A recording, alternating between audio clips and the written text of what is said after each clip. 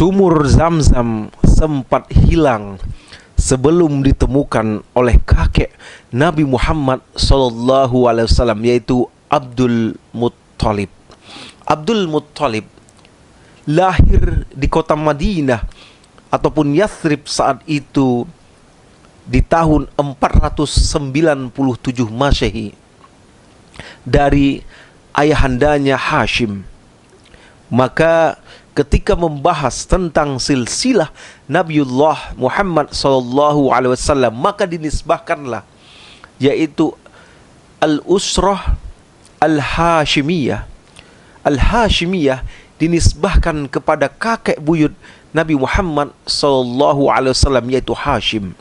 Dikenal Hashim adalah orang ataupun yang melayani para peziarah yang mendatangi Ka'bah Al-Musyarrafah. Maka ketika Abdul Muttalib pada suatu hari bermimpi bahwasanya dia diminta untuk menggali sumur Zam-Zam, dan bahkan dalam mimpinya tersebut jelas detail lokasi sumur Zam-Zam itu di mana yang akan digali. Maka tanpa berpikir panjang, Abdul Muttalib, kakek Nabi Muhammad SAW, yang langsung menggali persis di lokasi yang diberikan petunjuk oleh mimpinya. Maka ditemukanlah di sana sumur ataupun mata air Zam-Zam. Tidak lebih daripada itu, bahkan di dalam galian tersebut ditemukan juga peralatan perang yang ditanam atau yang ditinggalkan oleh suku-suku Jurhum, yaitu suku awal Arab yang menempati kota Mekah. Di sana terdapat pedang, baju besi. Kemudian yang unik adalah ujung pelana. Ujung pelana itu kemudian ditempa. Kemudian pedang-pedang itu dan baju-baju besi perisai itu pun ditempa. Pedang, baju besi dan perisai ditempa dan dijadikan pintu Ka'bah. Sedangkan ujung pelana itu dijadikan sebagai hiasan yang ditempel pada pintu Ka'bah tersebut. Saudara-saudara rahimakumullah,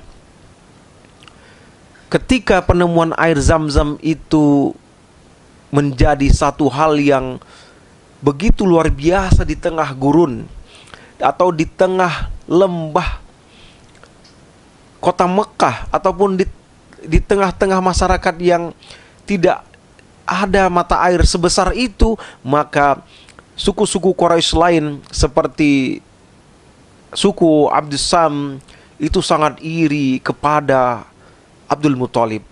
Maka mereka tidak tinggal diam.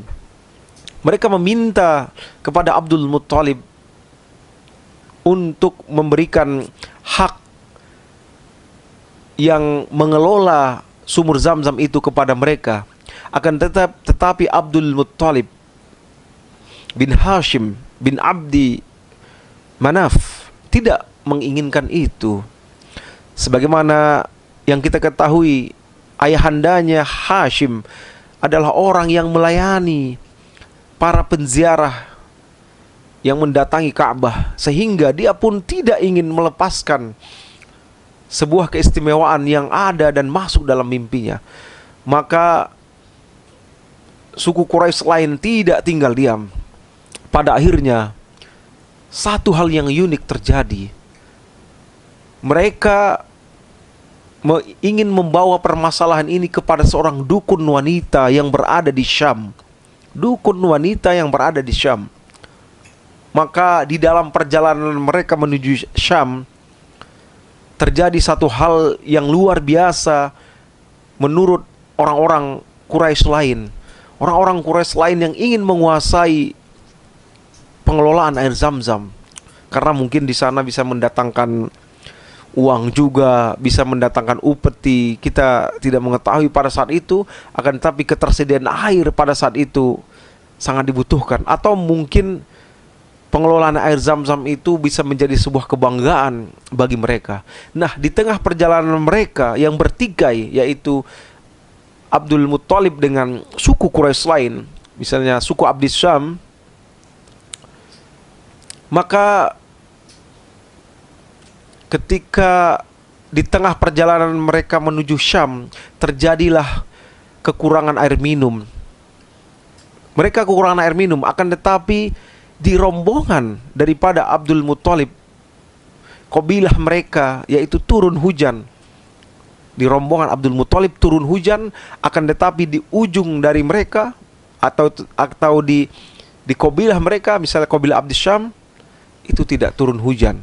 Maka segera Abdus Syam dan kabilah-kabilah Quraisy lain yang ingin merebut penguasaan pengelolaan air Zam-Zam itu meyakini bahwasanya memang air Zam-Zam itu sudah mutlak miliknya Abdul Muthalib.